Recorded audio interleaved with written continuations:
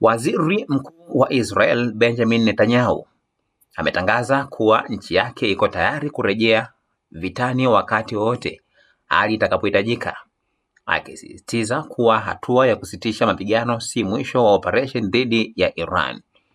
Katika maelezo yake, Netanyahu ameeleza kuwa kusitishwa kwa mapigano ni sehemu ya maandalizi ya kufikia malengo ya kimkakati ya Israel, akidai kuwa Iran imeingia kwenye mazungumzo ikiwa katika hali ya udhaifu mkubwa kuliko ilivyokuwa awali. Aidha, amebainisha kuwa usitishaji huo wa mapigano ulifanyika kwa uratibu kamili wa Israel, huku akifafanua kuwa hahusiani na operesheni za kijeshi zinazoendelea dhidi ya kundi la Hezbollah nchini Lebanon.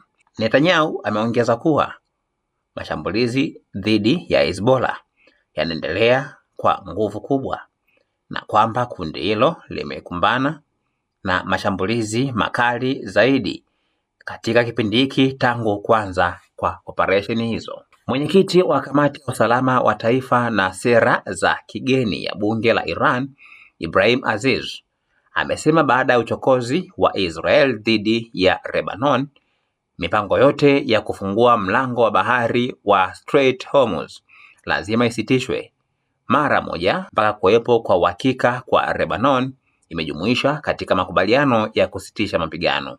Ndugu zetu wa Hezbollah wamepigana bega kwa bega nasi, wametoa mashahidi kwa ajili ya harakati hii na wamekuwa washirika wetu wapendwa, huku wakivumilia ukandamizaji na dhiki za kutosha.